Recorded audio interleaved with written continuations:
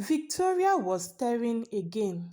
I felt it, even before I turned slightly from the wall. I had used my wrapper to drape over my shoulders as I dressed, shielding my bare skin from view. But somehow, that didn't stop the heat crawling up my neck.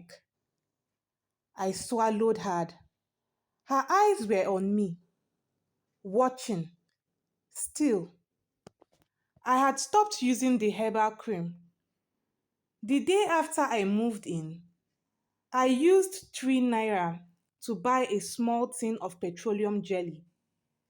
No smell, no color, just something, anything to help me blend in. But now, I was wondering if it even mattered. Her gaze wasn't harsh or judgmental like Gloria's. It wasn't mocking, but it made me feel naked. Not physically, emotionally. Everything about this felt uncomfortable.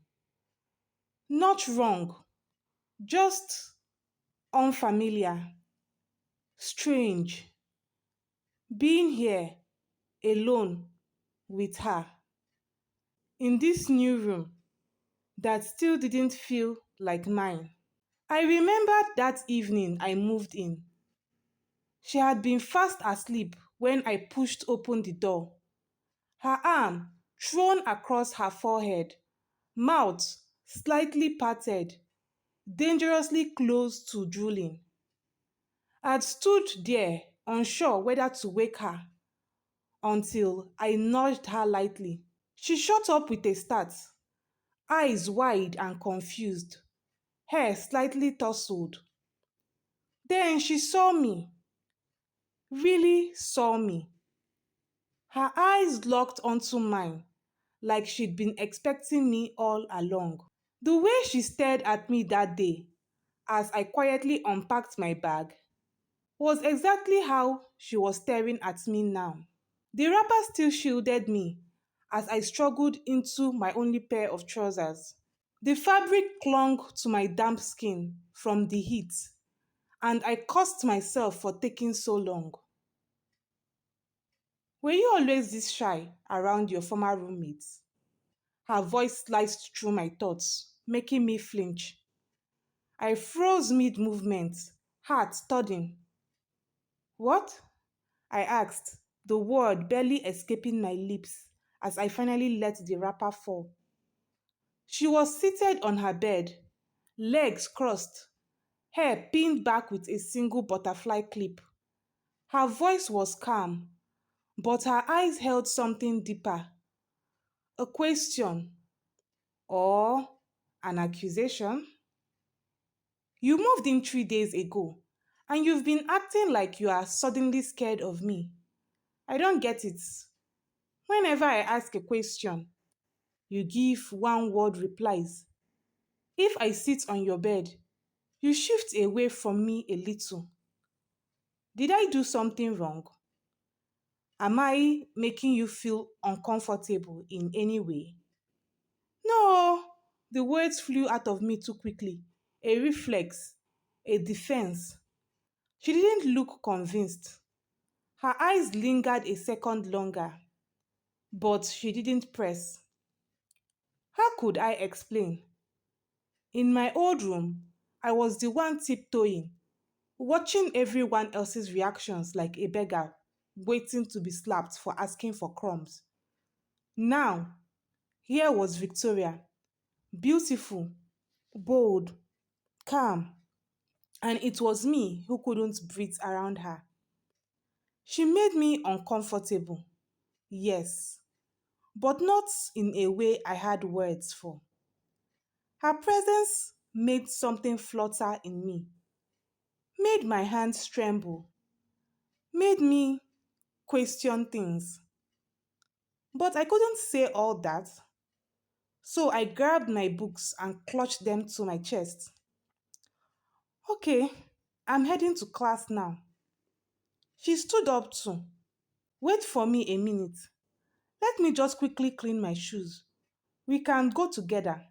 It's close to your faculty after all. Panic shot through me. I didn't know why, but the thought of walking beside her outside where people could see us together felt like too much. Um, I don't think it's a good idea. I'm running late. I said so fast. My words stumbled over each other. Victoria didn't flinch. She bent slightly and began dusting her black shoes with a napkin, her voice steady. We are going together. Just like that. Like her word was final. No arguments. I had to wait for her, whether I liked it or not. She took her time, crouched beside her bed, rubbing the soles of her shoes with a cloth and humming softly to herself.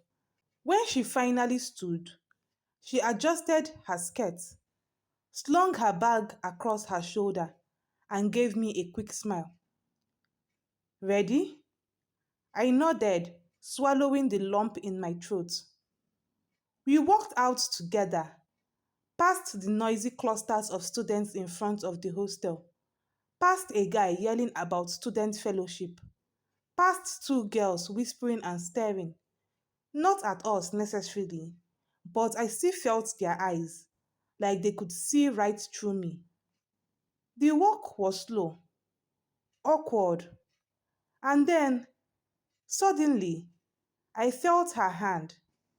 She had slipped her fingers into mine like it was the most normal thing in the world. Soft, unbothered, casual. But to me, it was fire, a slow burning fire traveling up my spine. I sucked in a sharp breath. My heart beat against my ribs like it wanted to escape. I couldn't think. I couldn't breathe properly. And I couldn't keep holding her hand. Not here, not in public, not like this. So I gently slipped my fingers away, pretending to adjust my earrings. I muttered, voice shaky. I'm really late. She didn't say anything at first, but when I turned slightly to peek at her face, she was smiling. That slow, unreadable smile she wore when she knew more than she was letting on. As if you're not always early, she said with a smirk. When we reached the edge of my department building, I stopped. The Faculty of Environmental Studies towered above me. Students scattered around its entrance like tiny ants. What time does your class finish today? She asked, turning to face me fully.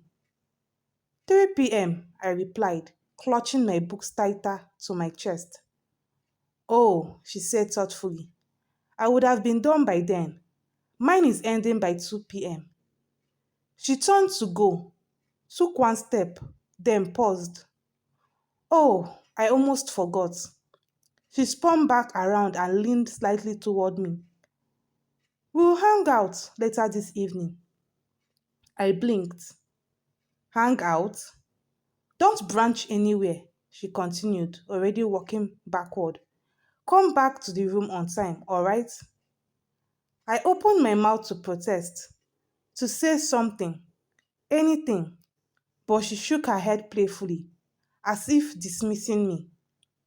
Then she turned and walked away, leaving me there standing like someone who had just been slapped with perfume. She definitely knew how to order me around. By the time I entered class, I was very late. Eyes turned. The lecturer paused mid sentence to glance at me. I never came late. People borrowed notes from me, not the other way around. I headed straight to the refectory after class, trying to shake off the unease that had been trailing me since this morning. At the counter, I handed over my meal ticket. The attendant tore it, tossed the stub, and scooped rice and beans onto my plate. A simple routine, just one of the many little rituals that kept my day moving forward. Once I sat down, I tried to focus on my meal. The fork scraped softly against the plate, but the quiet was soon shattered by loud laughter and heavy footsteps. I glanced up. A group of guys strolled in, their movements exaggerated with confidence, as if they owned the campus. Grins plastered across their faces. Their energy was magnetic, yet unsettling. My stomach sank. Zion was among them. Zion's reputation preceded him. His angular, sharp features drew attention wherever he went. He never looked directly at me, yet I still felt a chill run through me. I had heard enough to know to steer clear. One memory came rushing back.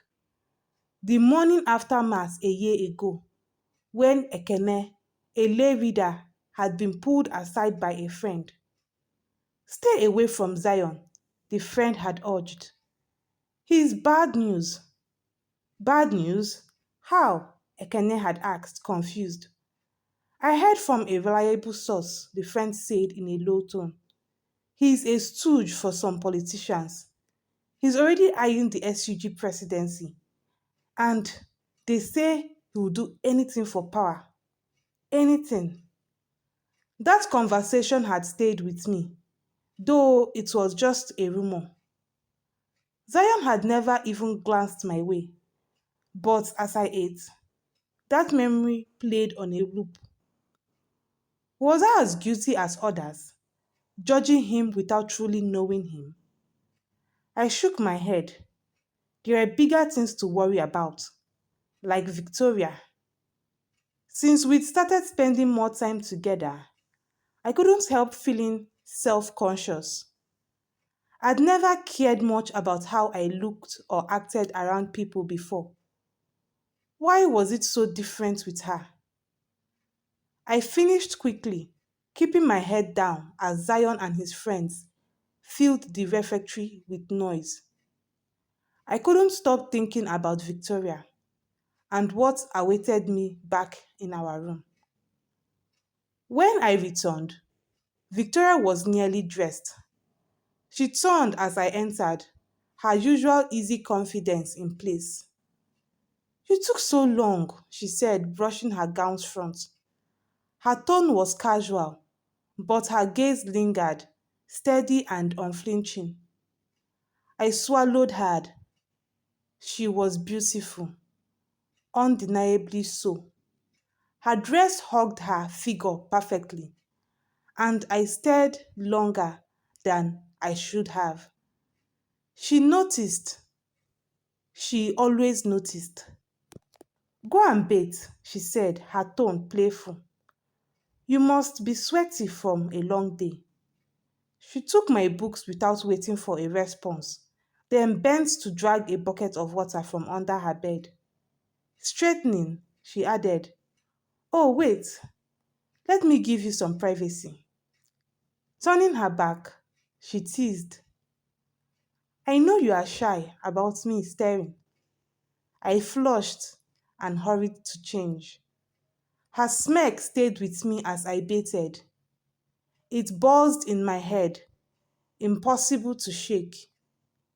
When I returned, she handed me one of her dresses, a stunning red gown.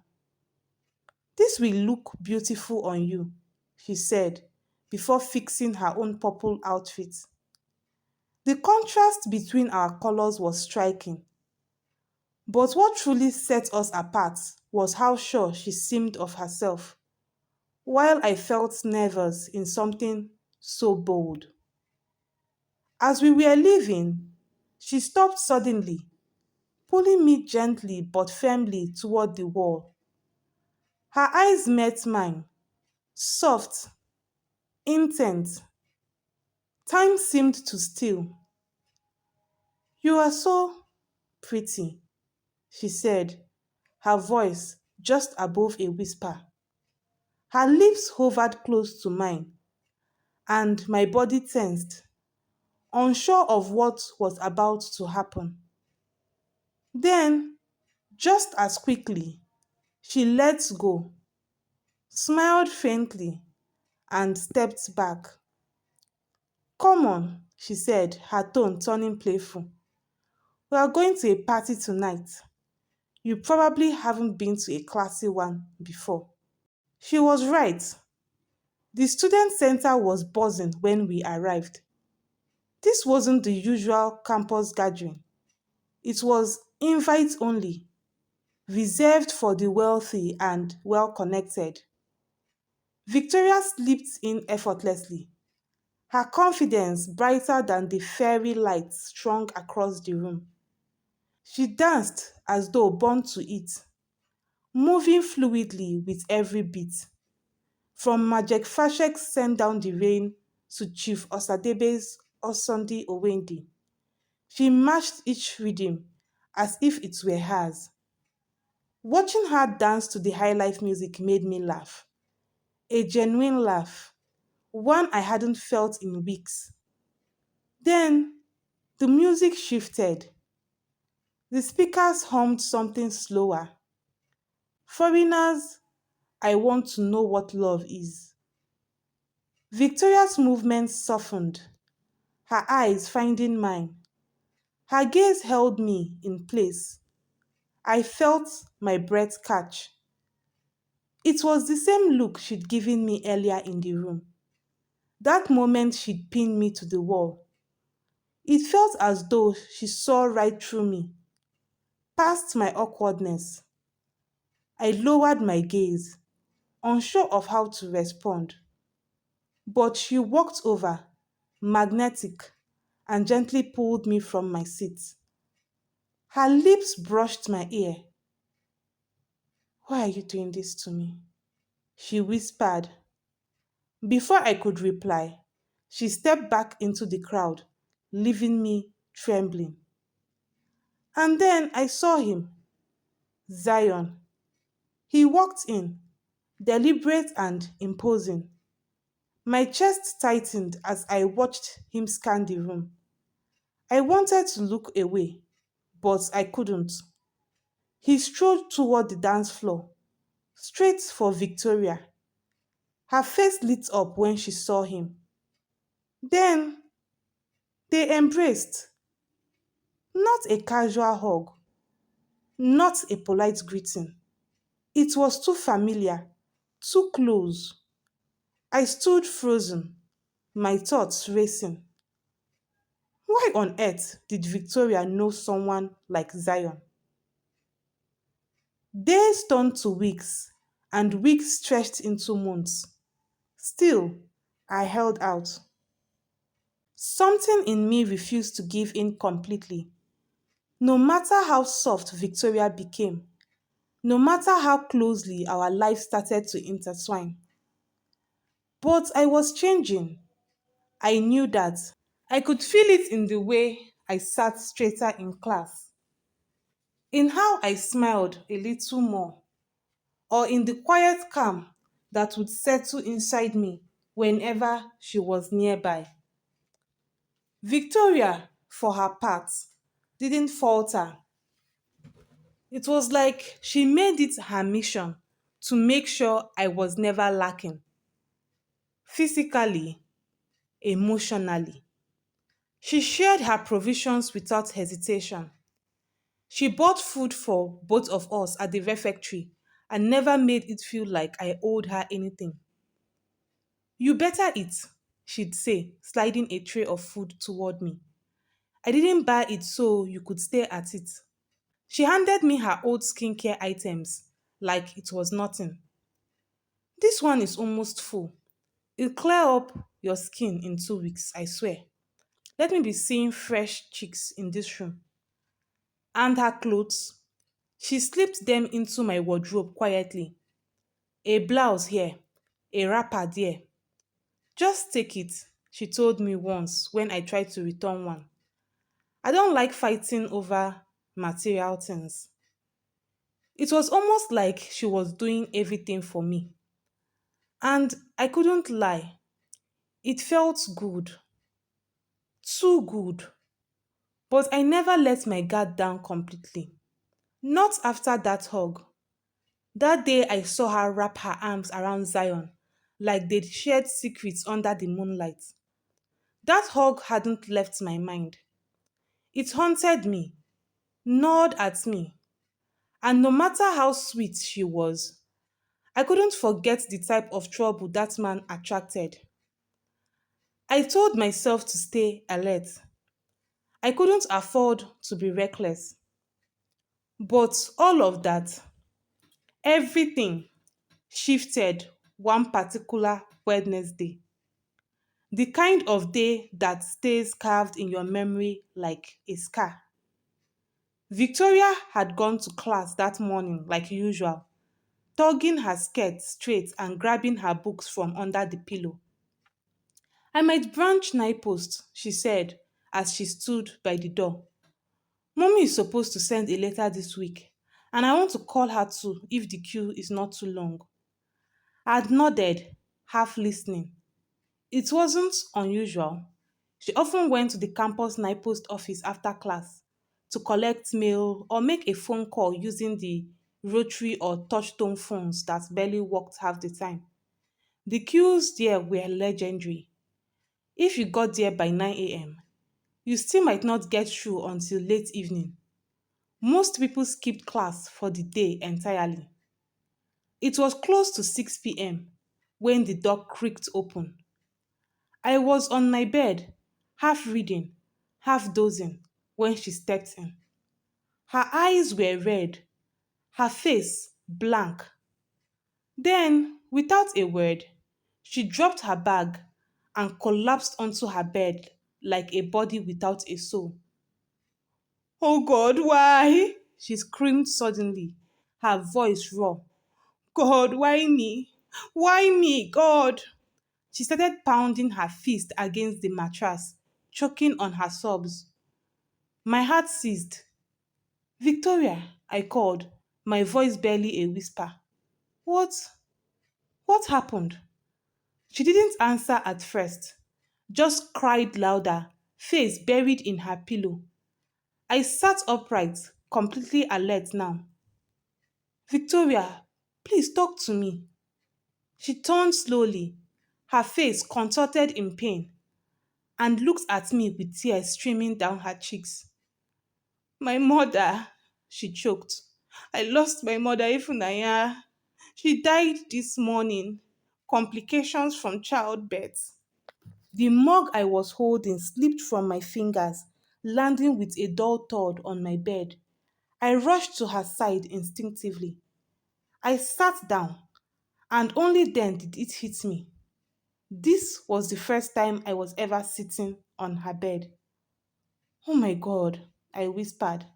I reached for her and gently guided her head to my chest. Without hesitation, she clung to me like a child, wrapping her arms tightly around my waist, crying harder. The sound of it tore something in me. She was 46, she sobbed. We all told her it was too dangerous. Me and my three sisters, we begged her not to go through with it. But no, anything to please that man that calls himself my father. Her voice was shaking now, words tumbling out faster. He kept threatening her, said if she didn't give him a son, he'd marry another wife. As if we weren't enough, as if four daughters were nothing. I felt her fist clench against me. I hope he's happy now. I hope he's really. Shh, shh, I whispered, brushing my hand gently through her hair. You are in pain. Just breathe, okay? Breathe. She took a deep breath and then burst into fresh tears. Oh, Ifunanya, she cried. I hate that man. I hate him so much. I hate men. You don't even know how much I. Hey, stop. I cut in softly but firmly. You don't mean that. You are just angry. It's the grief talking. But she only cried harder, soaking my chest with her tears. I didn't move. I lay there with her as she wept and shook, and at some point, her breathing slowed. The sobs became silent. Her grip on me loosened just a little. That's when I gently shifted, trying to stand. I didn't want to intrude longer than I was needed. I had planned to return to my bed quietly, let her sleep, maybe bring her water later if she asked. But then her hand caught my arm tight. Ifunanya, hmm? I replied, startled. Please, she whispered, stay with me tonight. I don't want to lie here alone. I hesitated, swallowed, then nodded slowly and eased myself back into her bed, lying beside her, our backs barely touching. Though I had been consoling her all evening, something shifted in me once I lay down again. The silence of the room was thick, heavy with unspoken things. I could still feel her pain, but now there was something else, a quiet, growing warmth that wrapped itself around my ribs and refused to let go. It wasn't just sadness anymore. There was something deeper stirring in me, something terrifying. Because even though I wanted to keep holding her, to protect her from every storm life could ever throw, I also wanted to move far, far away, to run, because deep down, I knew if I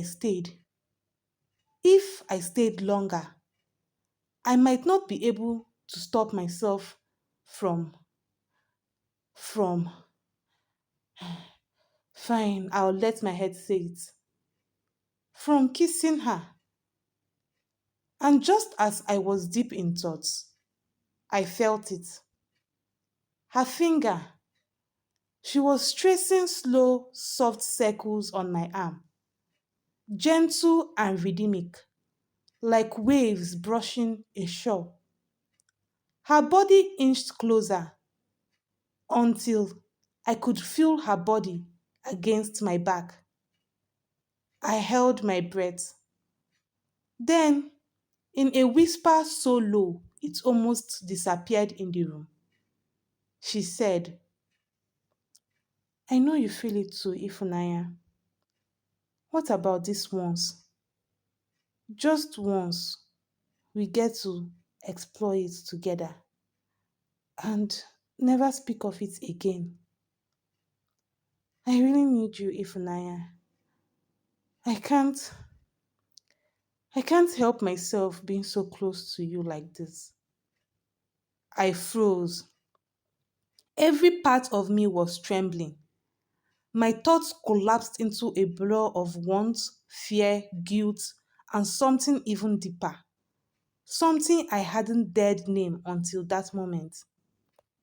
I turned slowly, and there she was, staring back at me. The longing in her eyes was unmistakable. She brought her lips close to mine, and before we could overthink it, we were kissing each other. Slow at first, until it was filled with passion. And let's just say it did happen. That night was just it. Something shifted, something permanent.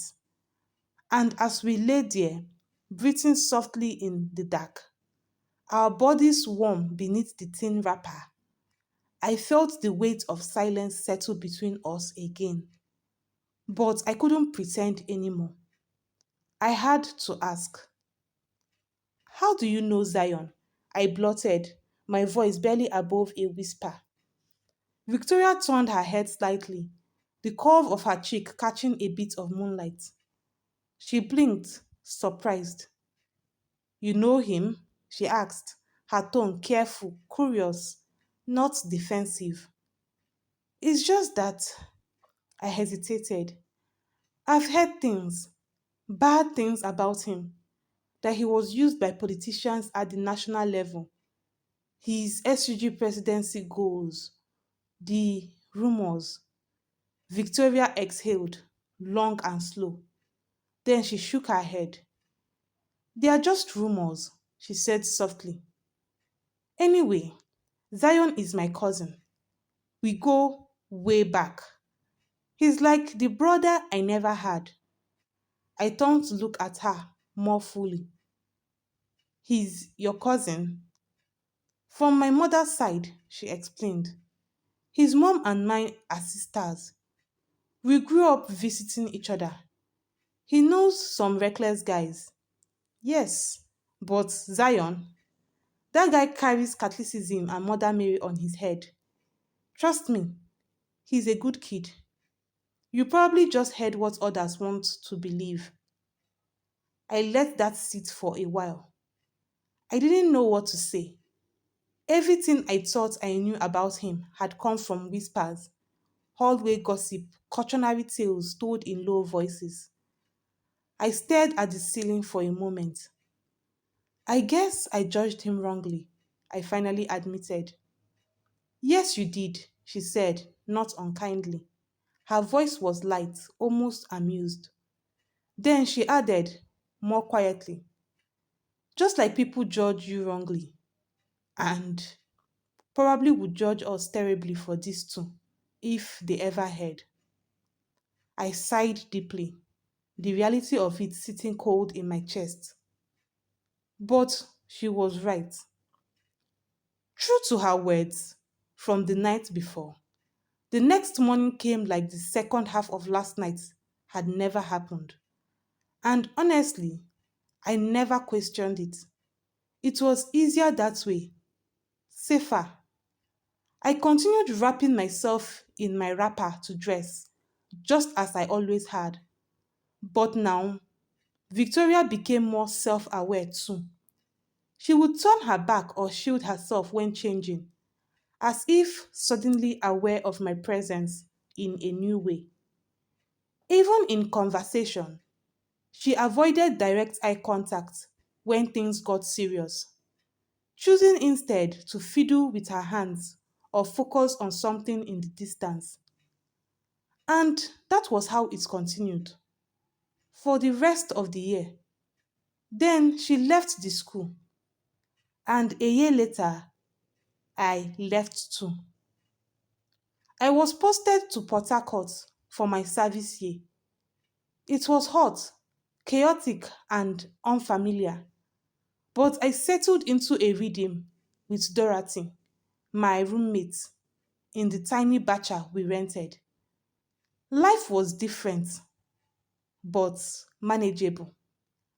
And then Victoria came to visit.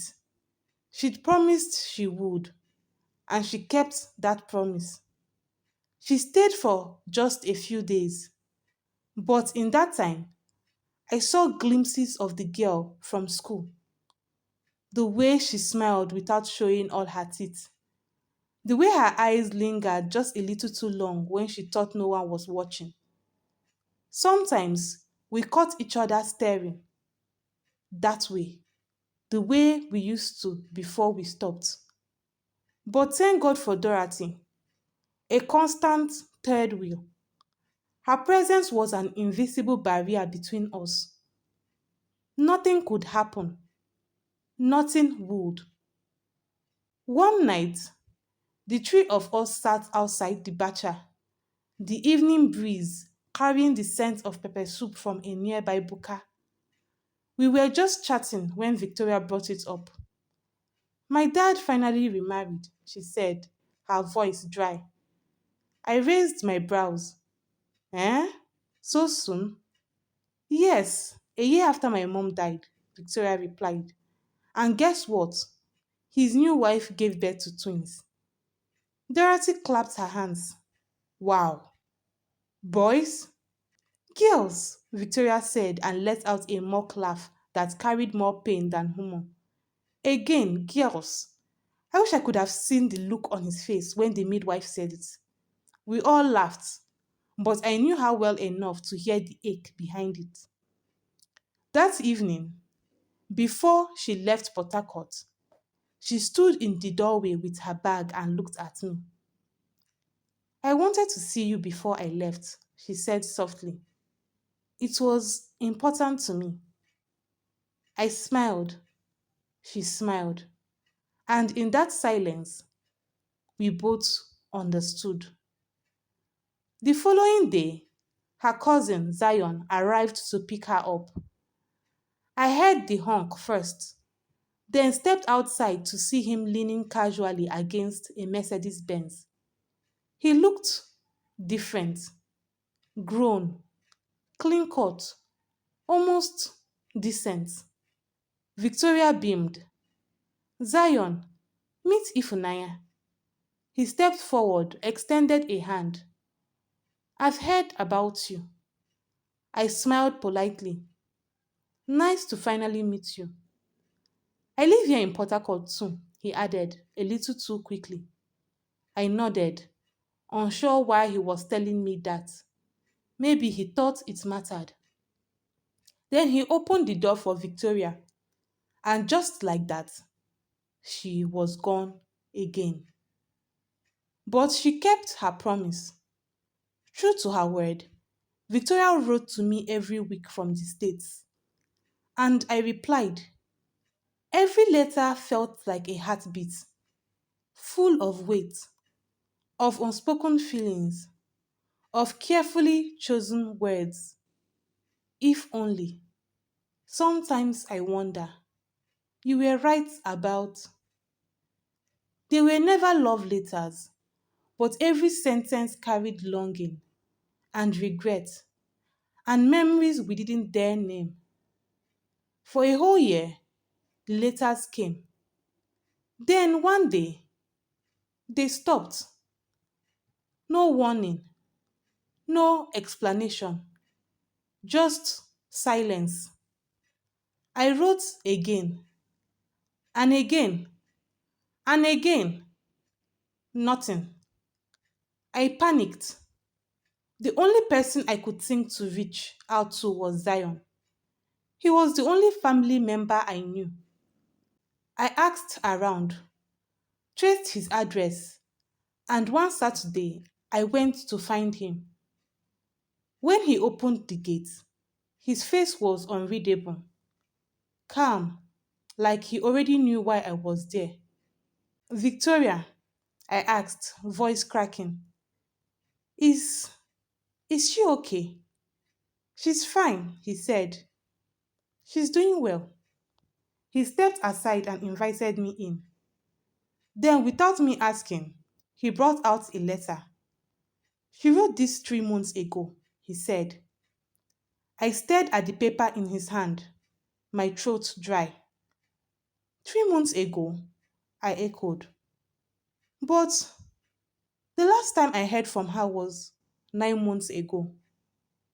It was late September 1995. Don't worry, he said quickly.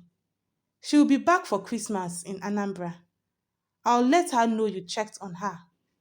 She'll reach out. I nodded slowly, numb. I handed him all my contact addresses, Port Harcourt and Enugu. Please, tell her to write to me, I said, standing at his gate as a cab approached. He nodded. Safe journey. But ladies and gentlemen, that was it. That was the last time I ever heard anything from her or from Zion. Not a letter, not a call, nothing. I returned to his house the day before I left Port Harcourt for good, hoping maybe there had been a change of heart, a note, a message. But he had moved, gone to some unknown address. I remember standing at the locked gate, my hands trembling, my heart empty. There was no way to reach her now. I didn't know her village. I didn't know her family home. And slowly, painfully, I made peace with the idea that maybe, just maybe, she had chosen to disappear. We had never promised each other anything after all. We had never even talked about that night again. I guess she had outgrown whatever this was. Late 1996, I met Arinze. He was kind, present, steady. After a few months, he proposed, and I said yes. We had our daughter on August 3rd, 1997, just a day before Victoria's birthday, August 4th. I was relieved it didn't fall on her day. Arinze was overjoyed. He cried when he saw her, cradling her in his arms like she was the only light left in the world. What shall we name her? He asked, eyes full of wonder, looking down at me with love. I smiled weakly. Chidera, I said. We will name her Chidera. If you enjoyed this video and want to see the series continue, please give it a thumbs up. Don't forget to subscribe if you haven't already and turn on post notifications so you never miss an upload. Share this video with someone you know will love it too. I would really love to see your comments. Let's keep growing this beautiful community. And if you are craving more stories, go check out my African playlist for completed lesbian series you'll absolutely love. Until next time, bye.